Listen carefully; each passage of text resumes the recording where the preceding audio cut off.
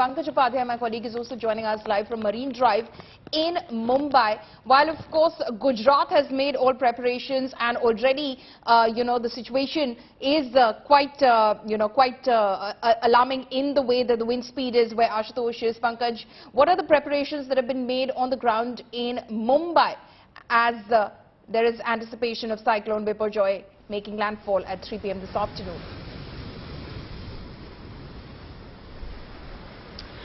Polami, fortunately for Mumbai, the skies are clear for now. It has not been raining since last night, but the sea is ferocious right now.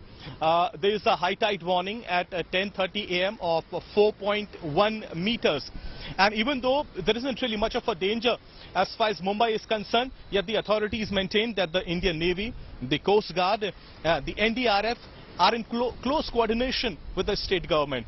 The fishing activity has been completely stopped for the next 48 hours, and people, the localites, the tourists have been advised not to venture near the beach or here in Nariman Point and the Marine Drive Promenade area. Remember, just a few days back, there was an unfortunate incident in the Juhu Beach area. But even though there isn't really much of a danger for Mumbai, yet the authorities maintain they are in a state of high alert.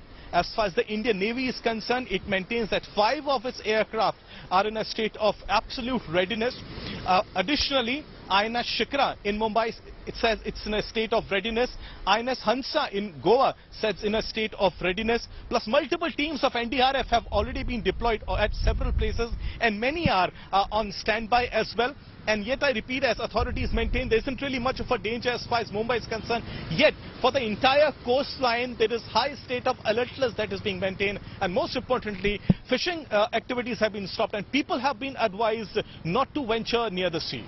Follow me. So people have been advised not to venture near the sea. You can already see that as far as Gujarat is concerned, obviously, which is expected to face maximum impact of Cyclone Biparjoy. The sea is very choppy already over there. The wind speed extremely high. So the entire area has been deserted along the coastline as far as Gujarat is concerned, especially in the Saurashtra and Kutch regions. Ashutosh earlier there reporting from Mandvi. He, in fact, is still standing by with us. Ashutosh, this entire beach town of Mandvi clearly seems deserted. A lot of people, close to about 74,000 people, have been evacuated from the Gujarat coastline. Yes, and that was very necessary looking at the announcement, the prediction of the Met Department that the wind speed is gusting up to 140-150 kilometers. The first priority was to evacuate people from the low-lying areas. Remember the fishermen community who are literally living in a very close proximity of the seashore, where they have the kacha houses. Such wind speed will literally take them the entire structure and potentially entire village. So in that case, the casualty would have been really higher, and that's the first preventive measure by all the administration. I see certain vehicles of the local departments are taking a patrolling, doing a patrolling. And as far as the venturing out the people is concerned, of course, one cannot even think of or imagine of going around. Look at this, look at this. I was just here, Pallavi, at around 7:30 or 8 o'clock. This was literally very calm.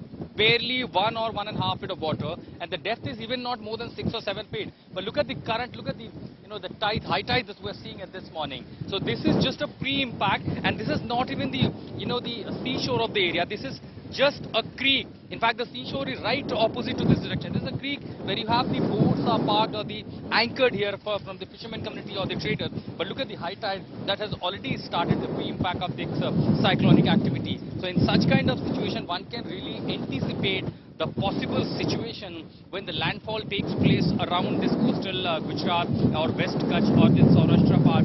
So everywhere the places it will pass through will bring literally devastation. That is one always anticipated when you have such a severe cyclonic situation. In fact, look at the alarm that was put up by the authorities here, the Marine Department of the Gujarat. That is the signal, the number 10 signal in the local language. This is for the fishermen community. When such signal for the number 10 is alarm, that is an alarming situation, and this itself indicates that there are certain parameters drawn.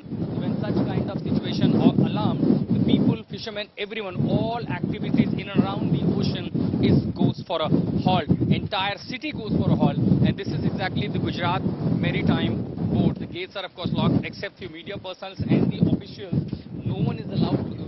to that area. Across this, the other side of this creek where the commercial activities of the fishermen takes place, including maintenance of the big giant, these ships. So all activities have been halted, and this will be until and unless the cyclone passes through. For the next 24 hours gonna be really very critical. Remember, when the cyclone hits, that will be some around post 3 p.m. and exactly 3-4 hours they're gonna be literally dark all around. Electricity supply has been disrupted to prevent further damage. So the assessment of the loss will only be possible to the next morning, when the officials and the quick response team will start taking around across the Mandvi and the rest part of this coastal line of West Gujarat. So that's going to be really very challenging for administration, for the people of West Gujarat, the people of Mandvi, or this part along from Okha to other places. Follow me. Right. Also, in terms of shelters, what are the arrangements that have been made, Ashutosh? Because a lot of people, as you've been reporting, and our colleagues who are in fact standing by along the Gujarat coastline have been reporting, a lot of people have been evacuated. What about the shelters and the arrangements that have been made? So immediately the first threat which was declared was around 2 kilometers from the radius of the seashore, from the coastal line, and they were taken to the temple premises. There are certain schools, government schools, and every those structures which were vacated and were falling from along 3 to 4 kilometers from the radius, that were made a temporary shelter for the people. And there you see, look at this, the sea surface, how rough the ocean is. This ship that you see in these images that was parked here, this is here for the maintenance, is a big fisherman boat. This was very calm, and now the activities that you see in the ocean, and this is the part of the creek. Look at the way the boat is moving. This giant mega boat is which was literally halting here. There was no activity around. Now I can see this boat is literally shaking with the rough ocean. So of course the relief centers are concerned, that were placed far from the coastal line, and as far as food and other electricity concerned, power generator, power backups were provided. Medicines, ambulance are kept on standby. In fact, all these connectivity, if I could just zoom into that bridge over the creek, you see totally deserted. One bridge which connects this part of Mandvi to rest of Gujarat, even to Ahmedabad, has now totally goes on hold because no activities is permitted by the advisory of the government. So on those places, they have maintained that there will be enough stock available. In fact, while traveling from Mundra to Mandvi, all those, even the migrants who are working in the commercial zone near the Mundra, they all have been taken to the places. So food, medicines, emergency, all arrangements were done on time, but now they're all just bracing for the impact of the cyclone, and as a pre-situation, it's already literally scary. One could really anticipate what would happen after 3 o'clock. Follow me.